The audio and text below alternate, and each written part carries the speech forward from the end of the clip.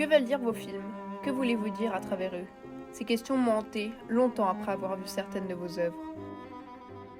Vos images froides, vos personnages corsetés et souvent antipathiques, la violence polymorphe et omniprésente. Vous, Michael Haneke, né en 1942 à Munich, dans une société autrichienne alors instable, vous êtes fils de deux acteurs, Fritz Haneke et Beatrix Degenschild, puis beau-fils du compositeur et chef d'orchestre Alexander Steinbrecher. Dans votre pays natal, l'Autriche, vous avez fait des études de philosophie, d'art dramatique et de psychologie.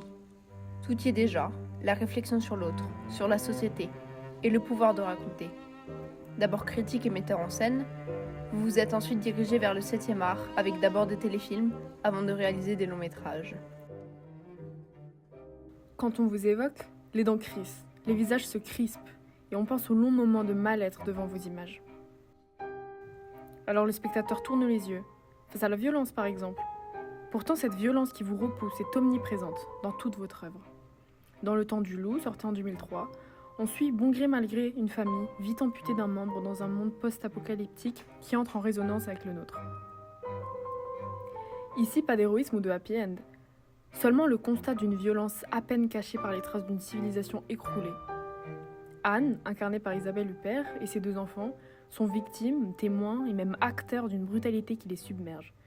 Pas ou plus de place à l'espoir, les longs plans séquences toujours gris et ternes retirent toute chance de réhabilitation. Mais pas besoin d'une décoration dystopique, le mal est déjà là, notamment dans la bourgeoisie et dans toute votre filmographie. Vous faites de nombreux portraits de familles aisées dysfonctionnelles.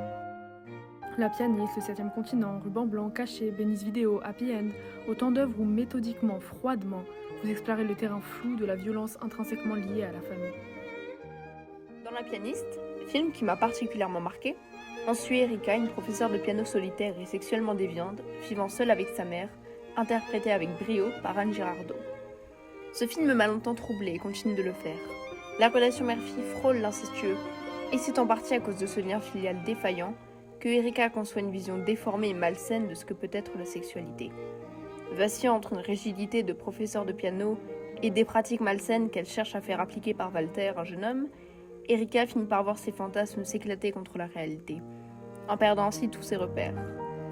La violence, qu'elle s'inflige ou souhaite s'infliger, trouve sûrement ses sources chez sa mère, étouffante et intrusive.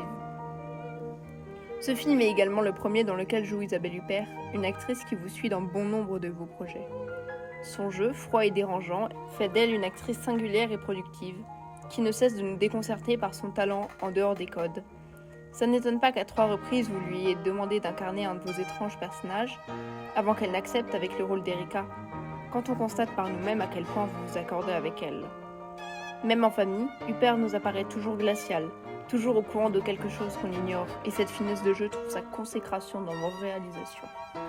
Par ailleurs, la famille et également le passé, qu'il soit collectif ou individuel, Caché le raconte, avec le retour du passé de Georges à travers des cassettes envoyées par un anonyme menaçant qui filme sa maison. Une famille bourgeoise mais dont le père est hanté par des actions qui remontent à son enfance. En explorant le poids du passé colonial de la France, vous nous interrogez ici sur la responsabilité, la résistance au temps de la mémoire et la transmission de la violence. La scène d'ouverture de ce film comporte quelque chose qui est au centre de certaines de vos œuvres, l'image. Avec ce trompe-l'œil, vous faites de la vidéo plus que le support artistique, l'outil qu'il menace.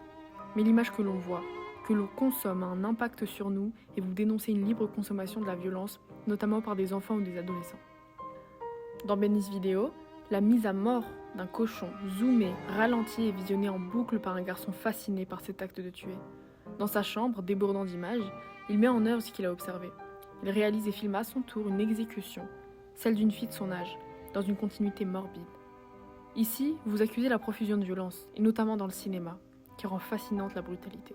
Vous dites, si le cinéma peut être une forme d'art, il doit nécessairement d'abord s'interroger sur son pouvoir de figuration. Et cette idée de responsabilité a accompagné toute votre filmographie. Dans un de vos films les plus connus, Funny Games, on suit les meurtres d'une famille dans sa maison secondaire par 2 jeunes hommes dont les motifs restent inexpliqués. Vous repoussez les screamers, le happy end, la survie du petit chien et de l'enfant en confrontant le spectateur à la violence. Vous l'accusez de complicité. On regarde par soif de violence, alors on doit la subir de plein fouet. Les nombreuses scènes crues sont dures à regarder, et c'est un paradoxe pour vous, qui déclarait redouter cette brutalité. Ici repose tout l'intérêt de ce film. La violence nous repousse comme elle devrait nous repousser. C'est peut-être cet aspect moralisateur assumé qui a révolté Cannes en 1997. Mais c'était également votre but, repousser le spectateur vers les portes du cinéma et le forcer à s'interroger sur son rapport et sa responsabilité par rapport à la violence, et notamment dans le cinéma.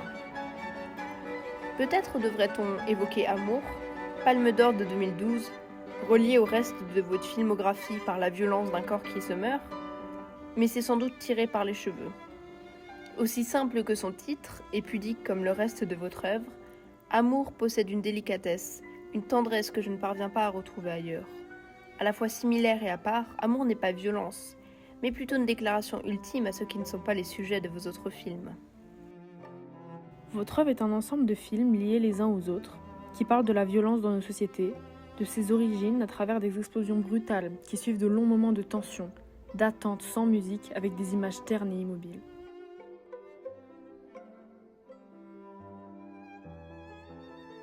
Avec plus de 50 prix divers et variés, avec seulement 13 longs métrages, vous êtes un réalisateur qui se détache des courants, nous propose des œuvres critiquant vertement une société où la violence se cache derrière un vernis civilisé qui ne tarde jamais à se craquer.